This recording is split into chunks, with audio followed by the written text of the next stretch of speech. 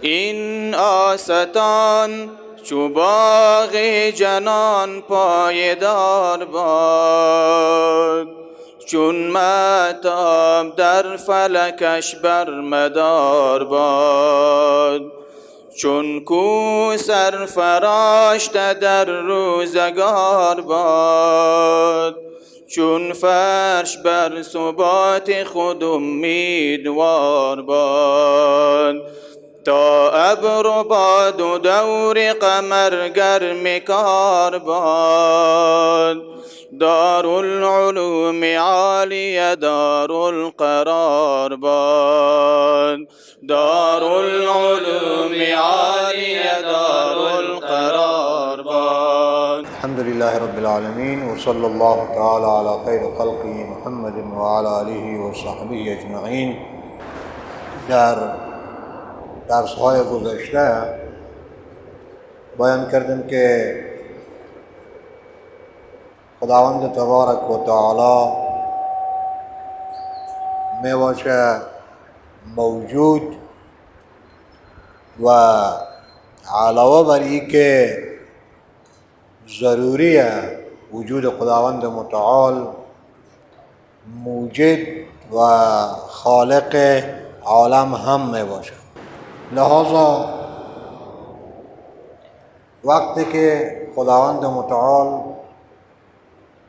ورای عالم برتر از عالم می باشه، عالم به همی کلانی خود خیلی عظیمه، خیلی کلانه و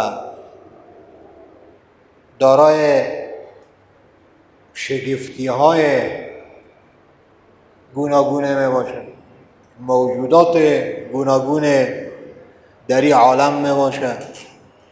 پس او ذاتی که خالق و موجد، یعنی پیدا کننده و تصرف کننده این عالم می باشه، خب به طریق اولا خیلی بزرگه.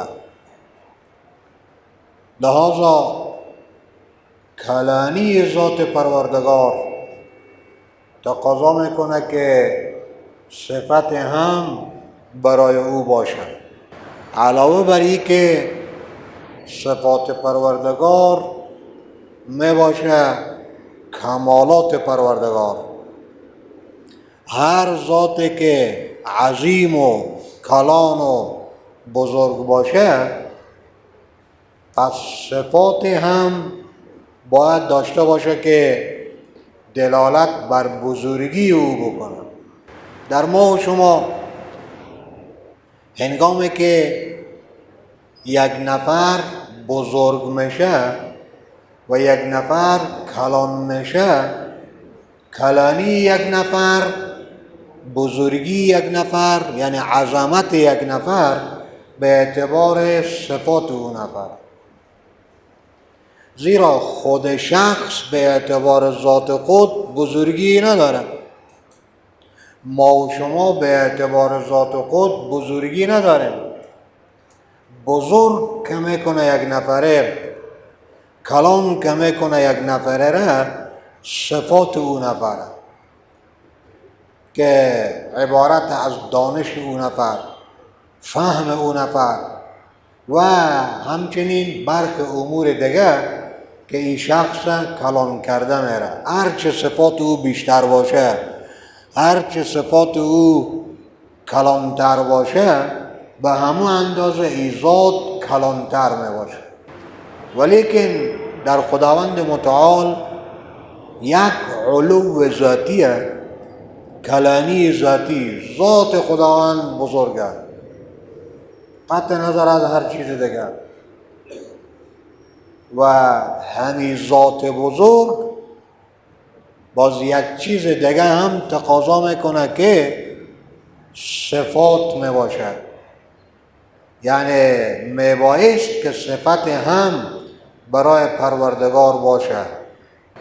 با ای که صفات مظهر او، ظاهر کننده صفات یک کس می باشه، آثاری که از او کس به وجود آمده.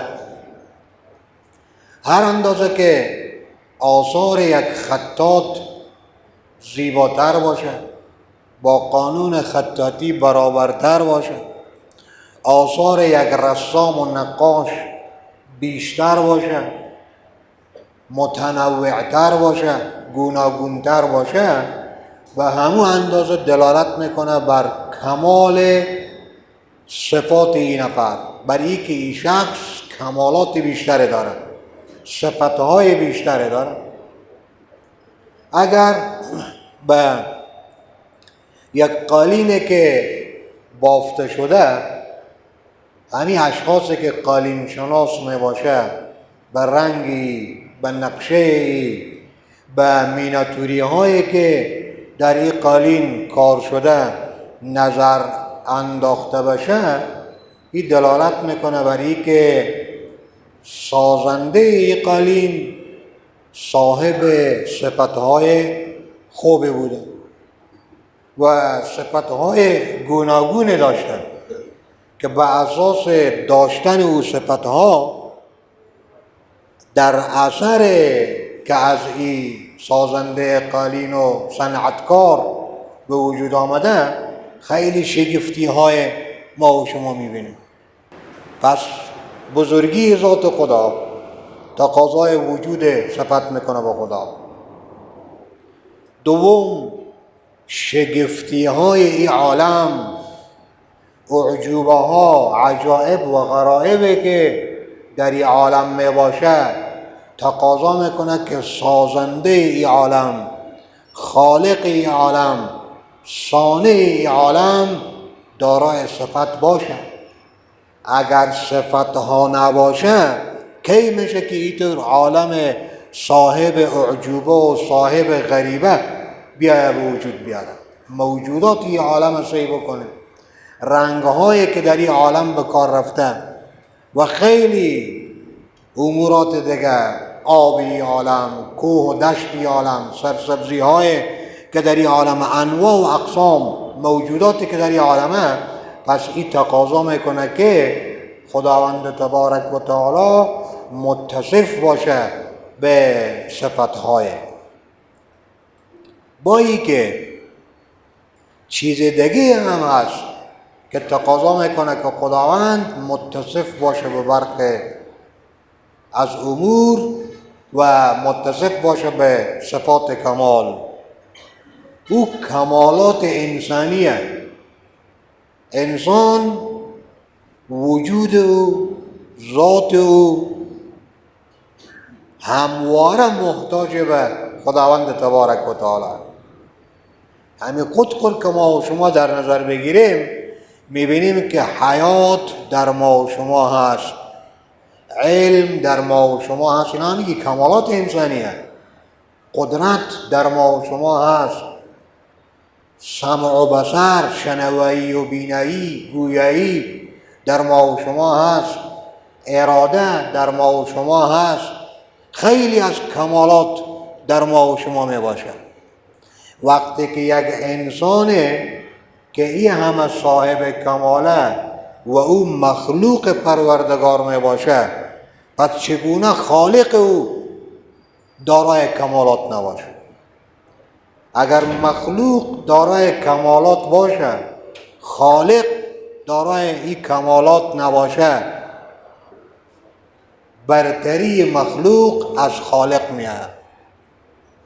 حالان که خالق هم ما و شما را پیدا کرده خداوند تبارک و تعالی و هم کمالات ما و شما نبوده، خداوند تبارک و تعالی این کمالات در ما و شما به وجود آورده.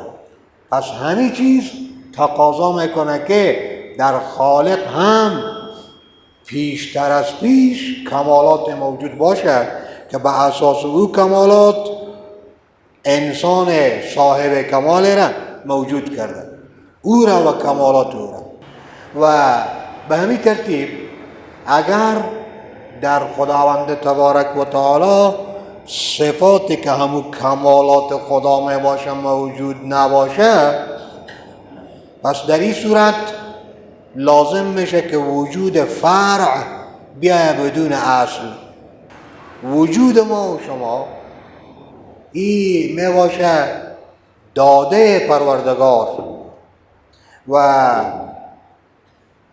فرع می باشه از برای وجود پروردگار. صفات ما و شما می باشه داده پروردگار، یعنی نبوده بعداً موجود شده.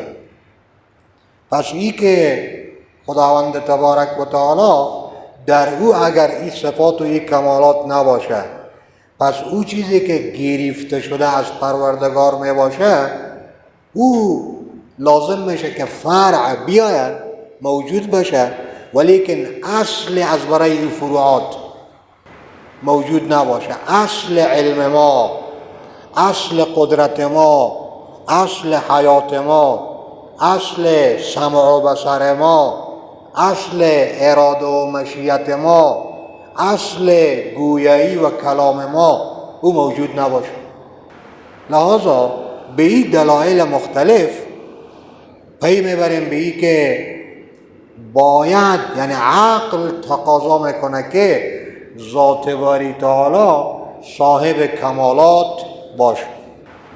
هنگامی که این چیز ثابت شد، پس از طرف دیگه میبینیم که یک انسان هم خطاطه، هم نقاشه، هم میناتوره، هم عالمه، هم زاهده، هم حافظه.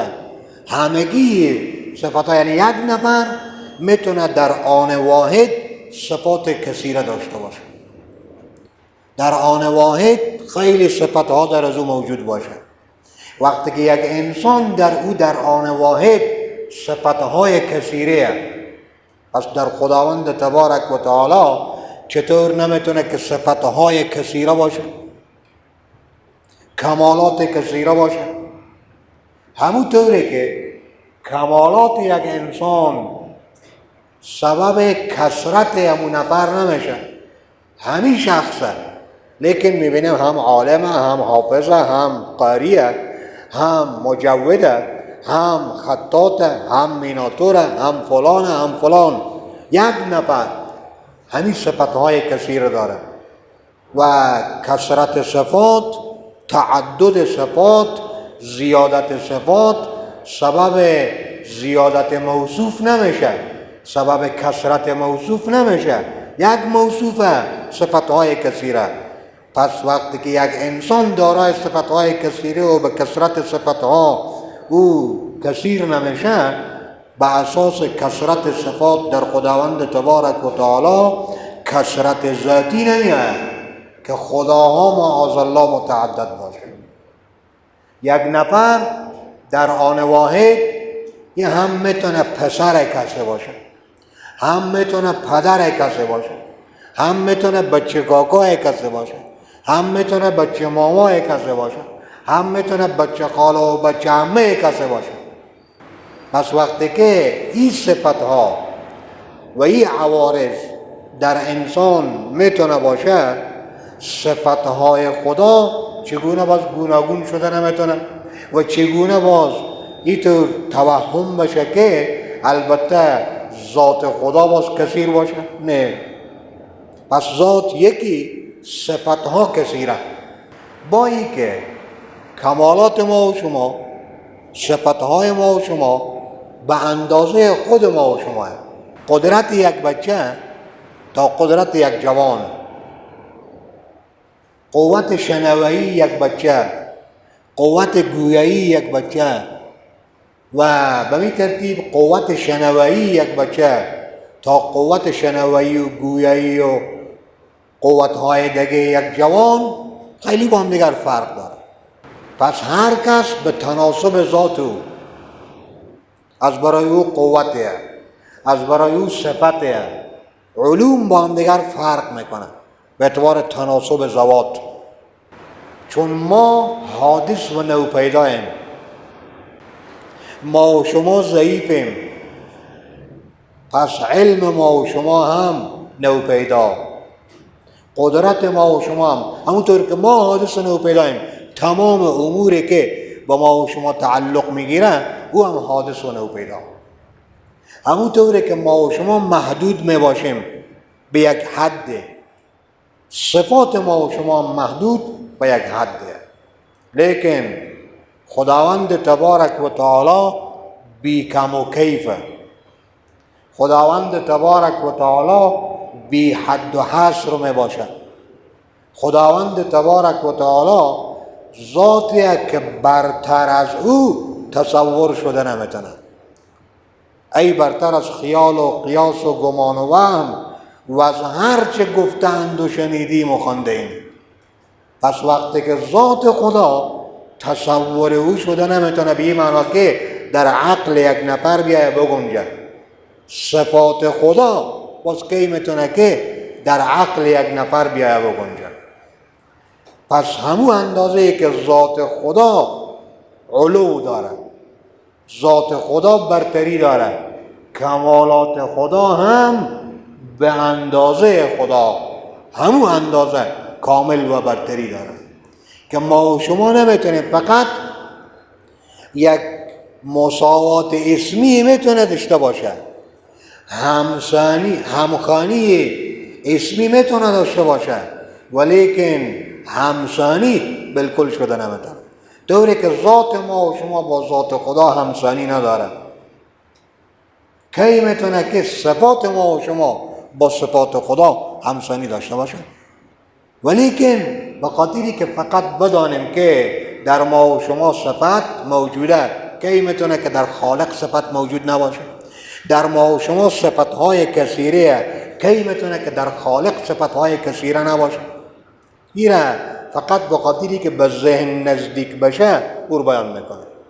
پس از برای خدا صفات موجود، صفات خدا خیلی زیاده، به تحت حد و حصر بالکل نمیاد. اینطوریه که 5-6 صفت داشته باشه، نه، خیلی صفت ها داره. گفتیم به تحت کم عدد که چند تا صفت. کیف چگونه صفت؟ آیا صفت خدا مثل صفت ما و شمایه؟ او خب پیشتر ذکر کرده بودیم در توحید فی الصفات که صفات خدا مثل صفات ما و شما نه، صفات ما و شما مثل صفات خدا نه، خیلی با هم دیگر فرق داره. با این وجود صفات خدا با این که خیلی زیاده به 2 نوع تقسیم میشه. یک صفات ذاتی خدا، دیگری صفات فعلی خدا. صفات ذاتی خدا عبارت از همونطور صفاتیه که او صفات ازلیه، ابدیه و ذات خداوند تبارک و تعالی او صفات تقاضا میکنه. ضد او صفت بالکل در خداوند تبارک و تعالی نمیتونه باشه. ضد او صفت نقصه، ضد او صفت عیبه. کی عیب، کی نقص با خداوند تبارک و تعالی میتونه که عارض باشه؟ پس صفت ذاتی همونطور صفتیه که او در خداوند تبارک و تعالی ثابت و ضد او در خداوند تبارک و تعالی نمیتونه موجود باشه. به همین ترتیب در تعریف که ما و شما میکنیم نسبت به او صفت، در تحقق و وجود او صفت غیر راه نداره. یعنی نه در تعریف خود محتاج به غیره و نه در وجود خود او صفت محتاج به غیره. نه، ذاتی خدای با ذات خدا او صفت پیوست می باشه، با ذات خدا او صفت لازم می باشه. یکی دیگه صفت مثل چی؟ مثل حیات در تعریف خود که بعداً بیان میکنیم، در تحقق و همون وجود نفس الامری خود حیات خدا به هیچ چیز وابسته نمی باشه، زندگی خدا به هیچ چیز وابسته نمی باشه. عظمت خدا، بزرگی خدا یک صفت ذاتی خداه که در تعریف که نسبت به عظمت صورت میگیره اینطور نیه که غیر یعنی غیر الله بیا در این تعریف داخل باشه. در وجود خود اینطور نیه که محتاج به یک چیز باشه. یعنی عظمت برای خدا وقتی بیاید که یک چیز دیگه موجود باشه، یک چیز دیگه دخیل باشه. اینطور چیز نیه. یکی دیگه باز می باشه صفات فعلی خدا. صفات فعلی همونطور صفاتیه، اینا هم کمالات خدا، ولیکن ضد او صفت خداوند به هم متصف میشه.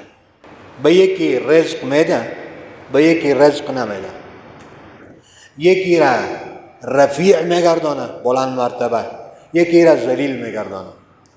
پس مذل و رافع، حیات بخشنده، حیات دهنده، میراننده، یعنی هم محییه، هم ممیته، هم هادیه، هم مضله گمراه کننده، هم هدایت میبخشه، هم گمراه میکنه یک نفره، هم رزق میبخشه بی، هم ثروت میبخشه بی. لیکن یکی دیگر چی میکنه؟ فقیر میکنه.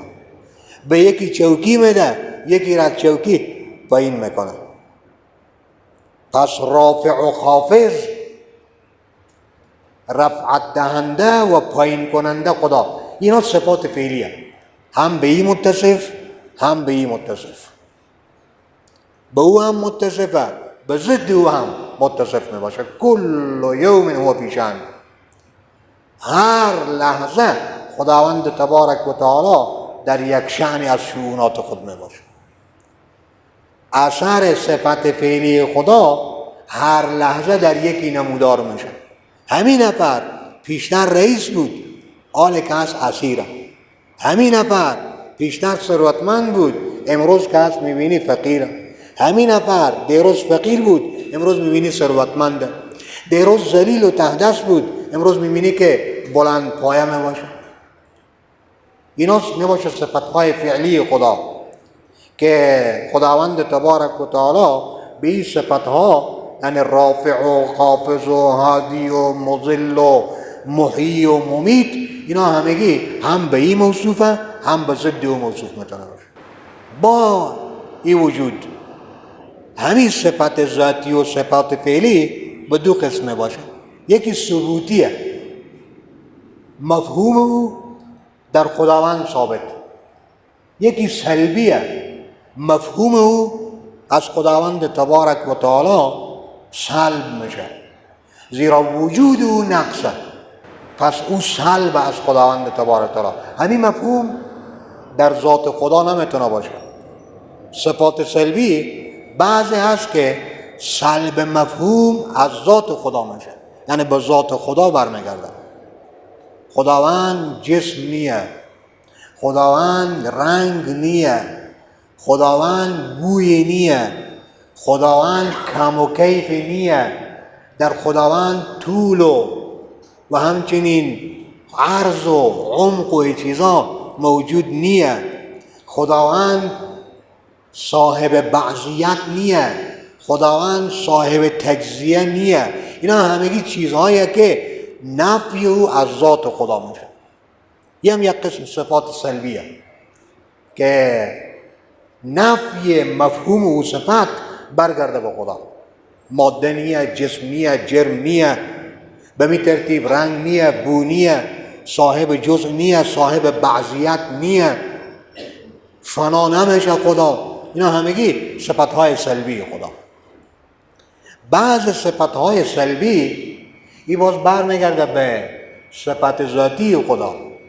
یعنی یک چیزی که منافی با صفت ذاتی خدا هست در خدا موجود شده نمیتونه. یک چیزی که منافی با صفت ذاتیه. صفت ذاتی خدا میباشه حیات، صفت ذاتی خدا میباشه علم. او چیزی که منافیه با صفت علم خدا او بالکل در خدا موجود شده نمیتونه. لا تأخذه لا تأخذه سنة ولا نوم. خدا را نه خواب فرا میگیره نه مقدمات خواب فرا میگیره. پس سنه از خدا نافیه. سنه یعنی مقدمات، یعنی پینکی که میره. نوم خواب از خدا نافیه. مفهوم خواب از خدا نیه، از خدا نافیه میشه. چرا؟ به خاطری که کسی که ما و شما که خواب بشه، ما و شما که پینکی بریم، چرت به ما و شما بیاید، به مو وقت متوجه چیزی نمیشه.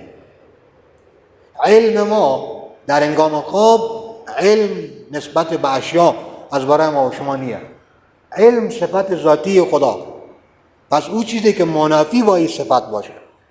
و ما الله بغافل عما تعملون عما یعملون. از او چیزی که شما انجام میدهید، از او چیزی که انجام میدهند، خداوند تبارک و تعالی غافل نیه. زیرا غفلت منافات با علم صفت ذاتی خدا. پس برخی از صفات سلبی برمیگرده به صفت ذاتی، به این معنا که وجود همین شی منافی با صفت ذاتی خدا است. پس باید این شی نباشه تا اینکه به صفت ذاتی خدا نقص نرسه. گاهی اوقات برمیگرده به صفات فعلی خدا. همین فعل در خدا نیه. ان الله لیس بظلام للعبید و ما الله یرید ظلما للعباد ولا یرضى لعباده الکفر. خداوند راضی نمیشه نسبت به بندگان خود که او کافر باشه، یعنی کفر به بندگان خود نمیپذیره. خداوند ظالم نیه، ظلم نسبت به بنده ها نمیپذیره. حالا ظلم یک فعلیه. رضایت یک نفر، این که راضی باشه از یک چیز، این برمیگرده به صفت فعلی خداوند تبارک و تعالی. پس او چیزی که منافی باشه با صفت فعلی خدا، مفهوم او نفی میشه. این رو گفته میشه همین نفی مفهوم، این میشه صفت سلبی خدا که منافی با صفت فعلی خدا است. همین مفهوم نفی میشه از خدا، زیرا منافی با صفت ذاتی خدا است. همین مفهوم نفی میشه از خدا، زیرا منافی با ذات خداوند تبارک و تعالی. همون چیزی که مفهوم او نفی میشه، این را گفته میشه صفات سلبی خداوند تبارک و تعالی. پس یکی ثبوتیه که ثابت میشه این مفهوم نسبت به خدا، یکی سلبیه که این مفهوم از خدا، از صفت ذاتی خدا، از صفت فعلی خداوند تبارک و تعالی او سلب میشه، زیرا منافی با صفت فعلیه، منافی با صفت ذاتیه و منافی با ذات خدا. در عین حال ما و شما بحث میکنیم به اینجی در بخش صفات به صفات ذات، در مورد صفات ذاتی خدا، در مورد صفات فعلی خدا و در مورد صفات سلبی خدا. این خود تقریبا یک خلاصه از بود، تعریف او بود. صفات ذاتی خدا بیشتر بیان کردیم که صفات خدا خیلی زیاده، به حد و حصر بالکل نمیتونه بیاد. چیز از صفات در قرآن عظیم و شان، چیز از صفات در احادیث پیغمبر خدا علیه السلام ذکره، لیکن اکثرا ما و شما میبینیم که در عقاید اهل سنت و الجماعت همین 7-8 صفت ذکر میشه. در صفات ذاتی خدا همین 7-8 تا ذکر میشه. این نبی معنا که خداوند تبارک و تعالی فقط 7 یا 8 صفت ذاتی دارد، دیگه صفت ذاتی ندارد. نه، گفتیم که صفات یک ذات به اعتبار خود و ذاته. ذات خدا به حد و حصر نمیاد. پس صفت ذاتی خدا چگونه به حد و حصر بیاد؟ صفت فعلی خدا چگونه به حد و حصر بیاد؟ ولیکن همین که همین 7-8 صفت ذکر میکنن علمای عقاید. علامه علی قاری هروی رحمه الله وجه را بیان میکنه. این تو گمان نکنی که فقط 8 صفت داره دیگه بیشتر از این داره. نه، خب چرا این اندازه ذکر شد؟ چرا بیشتر ذکر نشد؟ ما و شما در درس های بعدی بیشتر از این ذکر میکنیم، هر کدام توضیح میدیم تشریح میدیم. لیکن چرا همین 8 ذکر شد، همین 7 ذکر شد؟ یک، به خاطری که در ذاتی بودن همین 7 صفت اتفاقه.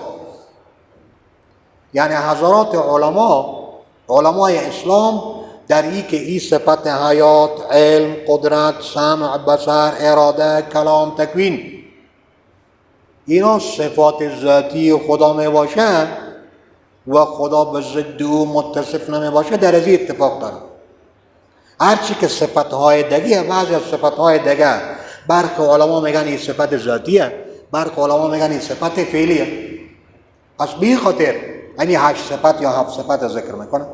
بعض دیگه حضرات علما رحمهم الله میفرمان به خاطری که بکنیم مقصود میباشه معرفت پروردگار، شناخت پروردگار، به وسیله 7 یا 8 صفت پروردگار طور شاید و باید شناخته میشه که ذات پروردگار چگونه ذاتیه.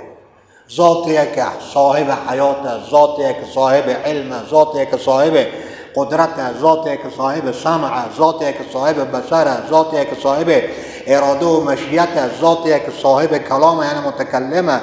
به همین صفتها که ذکر بکنیم، خداوند کما حقه به اندازه که اعتقاد ما، تصدیق و باور ما به خدا و کمالات او باشه میآید. از این خاطر به می 8 صفت منحصر کرده کلام خود را، اینطوری که بیشتر از اون نباشه. هنگامی که ما عالم اصحی بکنیم، دلیل دیگه، هنگامی که ما عالم نظر بکنیم، پیشتر کو بیان شد در درس‌های سابق که ما و شما از عالم میریم به خدا میرسیم. صحیح شده نه؟ عالم دلیل وجود خدا. به می عالم که نظر بکنیم، با خود که عالم صغیر می باشیم نظر بکنیم، در ما و شما و در می عالم مشاهد، همی 8 صفت خدا خیلی ظاهرتره، خیلی جلیتر و واضحتره. به حیات خدا از نظر در این عالم زود پی میبریم، با قدرت خدا از نظر در این عالم زود پی میبریم. پس چون که همی 7-8 صفت از نظر در عالم ثبوت و نسبت به خدا واضحتر و جلیتر و ظاهرتر، پس به خاطر علمای عقاید میان 7-8 صفت ذاتی نسبت به خداوند تبارک و تعالی ذکر میکنه. پس باز هم اینطور نه که خداوند صفات ذاتی او منحصر در این 7 تا 8 باشه، نه. این چیزهایی که علی قاری هروی رحمه الله ذکر فرموده در شرح خود بر فقه اکبر. در این حال صفات خدا بعض خصوصیات داره. صفات خدا ازلی و ابدیه، یعنی هیچ وقت از خداوند تبارک و تعالی دور نمیشه، هیچ وقت. نه عین خدایه، زیرا صفت عین موصوف شده نمیتونه. علم ما عین ما نمیتونه باشه. به می ترتیب اراده ما او عین ما شده نمیتونه. اراده یک صفت که عین موصوف شده میتونه. موصوف خود ذاته. پس صفات خدا عین خدا نمیباشه، صفات خدا جدا از خدا هم نمیتونه باشه. میشه لازم لاینفک خدا. هیچ وقت از خداوند تبارک و تعالی این صفات جدا نیست، چون خدا ازلی و ابدیه، فنای از برای خدا نیه. پس صفات خدا هم هیچ وقت فنا نداره. یک خصوصیت. هرچی که ما و شما وقتی که بمیریم قدرت هم از بین میره، همون علم هم از بین میره، مگر ای که اثر علمی از یک کس باقی باشه، ورنه علم از هم خود ازو میره، سمع و بصر از هم خود ازو میره. چرا؟ ما فانیم، از صفات ما و شما فانیم، لیکن در خداوند تبارک و تعالی صفات او همیشه باقی، نه عین خدایه و نه از خدا جدا. یک مثال بزنیم، مثل همین تاق و جفت میگیم، نه؟ میگیم این عدد تاقه، این عدد جفته. تاق بودن و جفت بودن این نه عین همین 3 و 4، و نه جدا از 3 و 4. عین 3 و 4 نیه. چرا؟ زیرا اگر جفت بودن عین 4 باشه، پس باید 6 و 8 و 10 و 12 روکی نباشه، جفت نباشه، نه جدای از اون. خب میبینیم دیگه که هر چیزی که 2 بار تقسیم بشه او میشه کی؟ او میشه جفت. یعنی نصف داشته باشه فلان، او میشه کی؟ او میشه جفت. پس در نتیجه وقتی که طاق و جفت ای عین عدد هم نیه، جدا از همین عدد مخصوص هم نیه. میتونه که صفات خدا عین خدا نیه و جدا از خداوند تبارک و تعالی نیه. ضوء و روشنی خورشید این عین خورشید هم نیه. خورشید که یک قرص یا مجموعه از گازها می باشه به گفته دانشمندان امروزی. روشنی خورشید عین خورشید هم نیه، جدا از خورشید هم نیه. تا وقتی که می عالم باشه او می باشه با خورشید. یک عالم خدا که همیشه می باشه، خدا فنا نداره، پس صفات خدا هم همیشه با او می باشه. عین خدا نه، لیکن لازمه با خداوند تبارک و تعالی. به همین ترتیب صفات خداوند تبارک و تعالی قدیمه، مثل صفات ما و شما نیه. ما و شما نوپیدا، صفات ما و شما هم نوپیدا. ما و شما فانی، صفات ما و شما هم فانی. لیکن خداوند قدیمه، اول از برای خدا نبوده. این تو زمان نیه که خدا نبوده باشه باز بعدا پیدا شده باشه. قدیم به این معنا اول از برای دنیا، لا بدایت له، ابتدای از برای دنیا، پس از برای صفات خدا هم ابتدای نمی باشه. این برخی از خصوصیات صفات خداوند تبارک و تعالی که زمین تا آسمان صفات ما با صفات خدا، اسمهای ما با اسمهای خداوند تبارک و تعالی، ذات ما با ذات خداوند فرق. در مرحله اول علما حضرات میان در صفات ذاتی خدا، صفت حیات خدا بیان میکنن. حیات صفت ذاتی خدا. الله لا اله الا هو الحی القیوم. حیات صفت ذاتی خدا. حیات یعنی که زندگی به خود خو اول بره. ما و شما زنده ایم. موجودات کو 2 قسمه ده، موجودات حیه، موجودات غیر حیه، زنده غیر زنده. ما و شما موجود حیه، زنده. زندگی یعنی چی؟ یعنی ضد موت. یک کسی که میگم زنده یعنی موت، صاحب موت نیه طوال، موت به وارث نشده، زنده. همین صفت اگر بگیره منشأ تمام صفات دیگه، منشأ تمام صفات دیگه. تا حیات نباشه در ما و شما علم کی میتونه بیاد؟ تا حیات نباشه سمع و بصر کی میتونه بیاد؟ مرده فرض کنیم دیگه، همین که مرد قوت‌ها از همگی معطل میشه. این حیه، حیات، این زندگیه که به او یعنی سبب میشه از برای که سمع باشه، به می ترتیب اراده باشه، قوت باشه، یعنی قدرت باشه، فلان باشه، فلان باشه، فلان. پس در ما و شما همین صفت حیات و زندگی که ضد موته، این منشأ تمام صفت های ده. حیات و زندگی خدا صفتی از برای خدا، صفت ذاتی خدا. ذات خدا تقاضای همین صفت میکنه که برای موصوف خود تقاضای علم میکنه. همین ذات حی باید عالم باشه، علم در از او موجود باشه. چرا؟ خداوند تبارک و تعالی صاحب حیات. چرا صاحب حیات؟ اولا همین خلقت عالم که سعی بکنیم. یک نفر مرده میتونه که اون نقاشی و رسامی و خطاطی بکنه. یک نفر مرده میتونه که صنعتگری داشته باشه، به خود خو اول سعی بکنه، نمیشه. پس او ذاتی که خالق ای عالم، باز یک خلق نه، مدبر و متصرف ای عالم، تمام شؤونات عالم همگی به وسیله او ذات به چرخ میره. کی میشه که او صاحب حیات نباشه؟ چگونه میشه که ما و شما باشیم زنده، مخلوق او زنده؟ زندگی خود گفتیم که یک صفتیه که تمام کمالات دیگه از این زندگی به وجود میاد.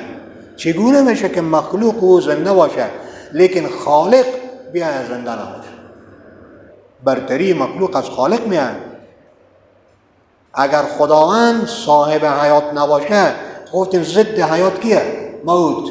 موت یعنی نقص، یعنی عیب، یعنی تعطل، بیکار بودن خیلی از امور دیگه، هیچ کار کردن نتونستن و از استعداد او بیرون شدن.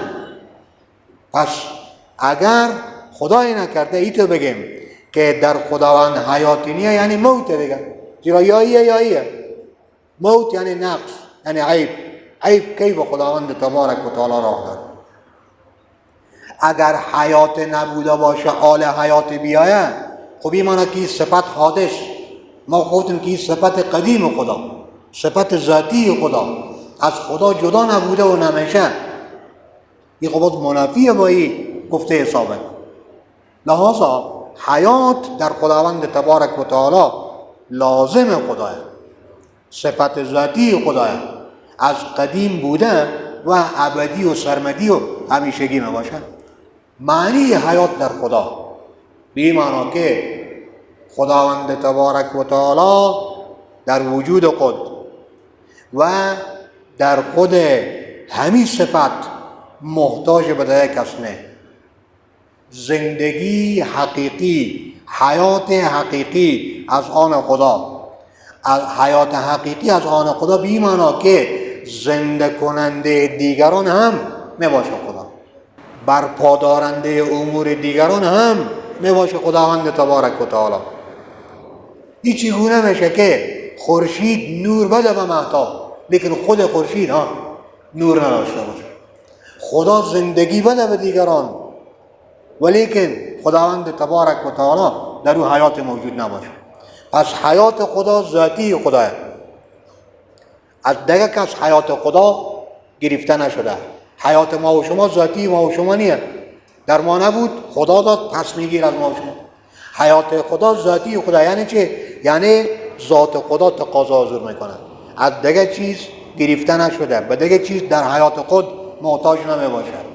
با این که ذاتی خدا مقوم امور دیگرانه، یعنی دهنده وجود و حیات به دیگران می باشه. همین موجودات حیه که می بینیم، حیات او، حیات کو غیر از وجوده، حیات او برگرفته از حیات خداوند تبارک و تعالی. خداوند به اساس حیات خود به این حیات بخشیده.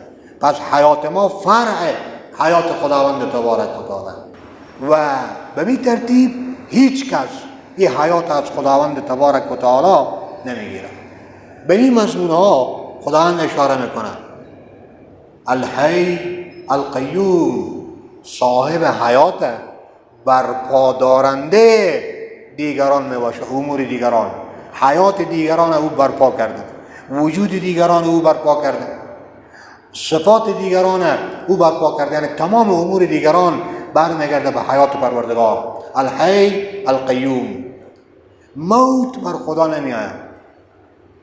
فتوکل علی الحی الذی لا یموت، بر او تو صاحب حیاتی که همیشه حیات داره و موت به او عارض نمیشه، فقط به او توکل بکن. این خلاصه صفت حیات پروردگار که ذاتی پروردگار قدیمه، ازلیه، در حیات خود محتاج به دیگران نمی باشه، بلکه دیگران در حیات خود محتاج به خداوند تبارک و تعالی می باشه. حیات خدا اصل از برای حیات ما و شما. و صلی الله تعالی علی خیر خلقه محمد و علی آله و صحبه اجمعین. درس آینده انشالله در مورد علم و قدرت خداوند تبارک و تعالی. برخی از برادرها نوشته کردند که پدرم مرمن میکنه از این که به جلسات علما بیایم. اول خداوند به دل از اونا محبت علمای ربانی و صلاحا رو بیاندازه و با علما توهین میکنه. فکر کنیم یکی توهین به یک شخص، یکی توهین به مطلق علما. توهین به مطلق علما حضرات فقها میفرمان کفر، زیرا این با علم گویی که عناد داره. علم صفت پروردگاره که یک شمه از او داده شده به می عالم. اگر با مطلق علما این ناسازگار باشه توهین بکنه خیلی خطرناک می باشه. و اگر با یک عالم از راه ضدیت، از راه مخالفت، همینطور دشمنی داره، او هم صحیح میکنه آیا او عالم مقصره یا نه. اگر مقصر بود خواهید در خاطری که به خاطر حق با او دشمنه، مشکل نداره. یکیه که نه بنا حق موضوع میشه فاسق. پس به خاطر معلومات دینی خود بخش عقاید، به خاطر معلومات دینی خود بخش فروعات فرض عینی لازمه پدر مانع بشه یا نشه باید شما بیاید. فرض عینه دیگه تعلم و فراگیری عقاید. در فرض عین اجازه پدر و مادر و فلان شرط نیست. ناراض میشه ناراضی از اون معتبر بود. بریلوی ها چگونه گروهی هستند؟ یک فرقه ضاله هم. یک گروهی که با عقاید اهل سنت و الجماعت اونا سر نمیخوره. طور مثال میگن که پیغمبر نوره، بشر نیه. حالا که پیغمبر بشر، انسان، زن و فرزند داشته و به می ترتیب وفات میکنه مثل می انسانهای دیگه. لیکن یک مقام بلند خداوند تبارک و تعالی به پیغمبرها علیهم السلام داده. قبر پرستی تقریبا یه از صفات خود بریلوی ها می باشه که همون صاحب قبر فقط خدا تلقی کردن، از او حل مشکلات خود خواستن. این بعضی از خصلت ها هست انشالله، بلکه باز با آخر بتونیم که بعضی از خود فرقه ها با شما بیان بکنیم. حکم سیگار و نسوار چیست؟ مکروه تنزیهی، یعنی جایز هست ولی که نمی دهن بدبو کردن، باز خدای نکرده کم کم به صحت انسان ضرر رساندن و ضرر رسیدن. به خاطر فقها میفرمان مکروه تنزیهیه، نامناسب کاره. این تقریبا مسئله توسل. لیکن سعی کنیم توسل صحیحه در نزد اهل سنت و الجماعت. وسیله گرفتن از احیا، از اموات صحیح، ولیکن وسیله به اندازه وسیله. یعنی چه؟ یعنی خدایا به محبوبیتی که همین خواجه انصار رو پیش داره، به محبوبیتی که همین مولای جام داره، این مشکل من حل کن خدایا، تو حل کن. لیکن به محبوبیتی، به شرافت قرآن عظیم شان. قرآن عظیم شان خود کلام خدا، به رسالت پیغمبر خدا علیه السلام، به برکت پیغمبر خدا علیه السلام این مشکل من حل کن. به من فرزنده بده، به من فلانه بده، به من فلان. یعنی اصل از خدا طلب کردن. لیکن یک کسی که محبوب خداه، به پیش خدا محبوبیت داره و شرافت و عظمت داره، او رو وسیله قرار دادن. این هم انشاءالله در مباحث بعدی میاد. و همگی حضرات فقهای جان اسلام، یعنی شافعی، مالکی، حنبلی، حنفی، اینا قائلن به که یک ادبه، یک مستحب در دعا. در دعا مستحب که همین وسیله گفته بشه. لیکن گفتیم در چوکات وسیله. اگر بیایی از قبر چیزی بخوای که ای مولای جام به من فرزند بده، ای مولای جام ایتو بکو، ای خواجه انصار چنین و چنان بکو، این حرام، این شرک می باشه به خداوند تبارک و تعالی. پس یکی در نهایت افراط میره بعضی ها، یکی هم به نهایت تفریط و کوتاهی میره. نه، عقیده اهل سنت و جماعت با مابینه، نه جانب افراط که وسیله رو نفی بکنه، نه جانب تفریط که بالکل بیا اور شریک خداوند تبارک و تعالی قرار بده. بعضی برادرها نوشته کردن که اگر به عمق اتم نظر بکنیم با پروتون مواجه میشیم که پروتون خود با خود به وجود میاد و خود با خود ناپدید میشه و به می ترتیب به نام مکانیک و فلان این چیزها میگیم. قوانین طبیعت هم همینطور میگه، یعنی تقریبا این میره از خود اتم و پروتون به عالم میره، عالم همینطور خود با خود میتونه موجود باشه. فکر کنید این یک نظریه فهمیده شدن. سابقا نظریه چی بود؟ که خورشید میچرخه زمین ساکنه. باز نظریه گالیله هم که نه، زمین میچرخه و شب و روز از گردش زمین به وجود میاد فلان. اینا که از همگی میباشه نظریات. نظریه همیشه در حال تغییره. به اصل واقعیت که بریم سبا پس سبا، 1 سال بعد 2 سال بعد دانشمندها دیگه چی در باز کشف میکنه. به خلاف این نظریه نمیتونیم که نظریه بیاریم مبنای چی قرار بدیم، مبنای خود همه حقایق قرار بدیم. حقیقت جدا، نظریه جدا. از خود به خود نیه، هیچ چیز به این جهان خود به خود شده نمیتونه. عقل ای رو باور نمیکنه. ما پیشتر هم بیان کردیم این میشه که 2 کفه ترازو یکی خود به خود بیاد بالا، خود شده نمیتونه. 2 کفه ترازو خود یکی خود به خود بیاد بالا. نه، باور داشتن به اکتشافات اصلی که توسط کفار صورت گرفته درست است یا غیر. دنیا میباشه دار وسیله، از وسایل استفاده کردن، هر وسیله لیکن در راه دین، در راه پیشبرد امور دنیوی هم لیکن در چوکات دین.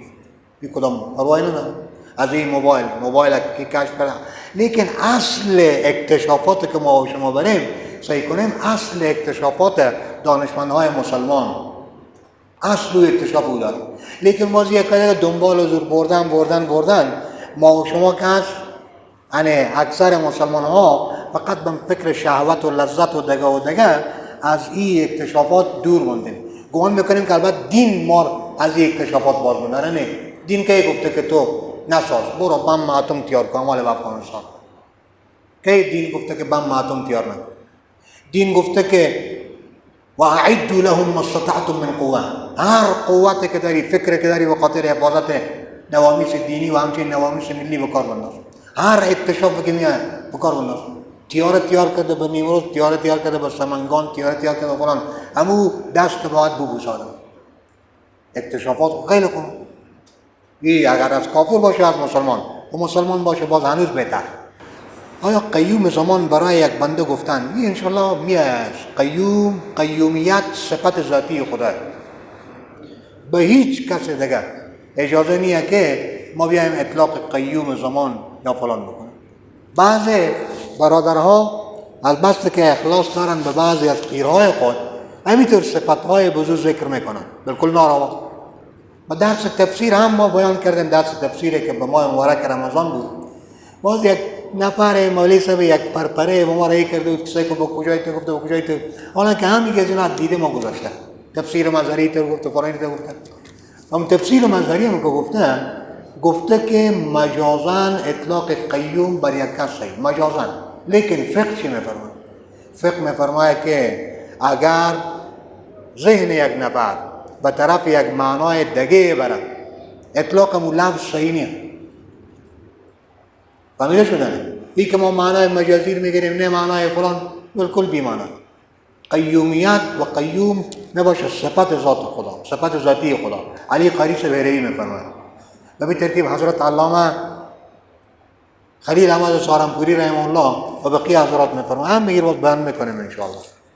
اینا بیان کردن که صفت‌هایی که شما به انسان ذکر کردید، مثل گفتیم عالم هست، زاهد هست، فلان هست، او همگی کسبیه، نقطه شروع داره و خود صفات خداوند تبارک و تعالی چگونه از خدا چگونه از هیچ به چنین صفاتی متصف شده.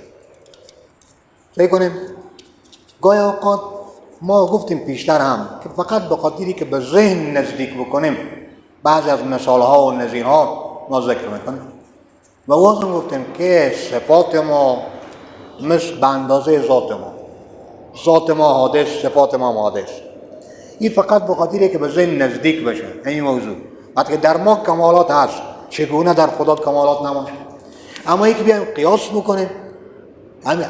بسیاری از گمراهی ها میای از قیاس شاهد بر غایب یا غایب بر شاهد، خدا را بر خود قیاس کردن که از ما نبود باز پیدا شد، پس در خدا همچنین. نه، ذات خدا ورای که باشه، گفتیم عالم. پس این مثل چیزیه که میگه خدا چگونه بود، از چی پیدا شد یا فلان شد. این پس برمیگرده به اون موضوعات سابقانه که با شما بیشتر ذکر کرده بودیم. شما میگویید که خداوند را در جنت میبینیم. اهل سنت و الجماعت میگن وفقهم الله و کثرهم الله تعالی، خداوند جمعیت زور بیشتر کنه. اهل سنت مجموعاً میگن که خداوند را در جنت میبینیم، لیکن رویت بلا کیف. او عقیده ما و شما انشاءالله در خود بحث آخرت و معاد هم ذکر میشه. رویت بلا کیف، کیفیت به ما و شما معلوم نیست. صحیح شد؟ معتزله ها و رافضی ها هم میگن که خدا دیده نمیشه در جنت. معتزلی ها هم همین چیزا میگن. او شرایط را گفتیم همگی برمیگرده به قیاس غایب بر شاهد، قیاس خدا را بر خود، که دیدن ما یک مسافت معین، نه خیلی نزدیک نه خیلی دور، نه خیلی تاریک نه خیلی روشن و فلان و فلان. میگه البته دیدن خداوند هم به این ترتیبه. نه، همین قیاسات بعض اوقات میزنه اما عقیده یک نفر خراب میکنه، او بلا کیف میباشه. لیکن کسی که منکر رویت خدا باشه او خدا نمیبینه. صحیح شدن؟ ماذا افنلزمکموها و انتم لها کارهون. خدا نمیشه، تو میگی نمیبینی، خدا نمیبینی. فهمیده شدن؟ خدا نصیب تو نمیکنه. یک چیزی که تو معتقد نی خدا امورم نصیب تو نمیکنه. بله او که آیات هم میگه است، نمیگم عقیده اهل سنت و جماعت هم میگه است. آیا فرق در مابین کافر و کافر هست یا نه؟ بکنیم کافر کفر یکفر و کافری میشه همون خود پوشاندن.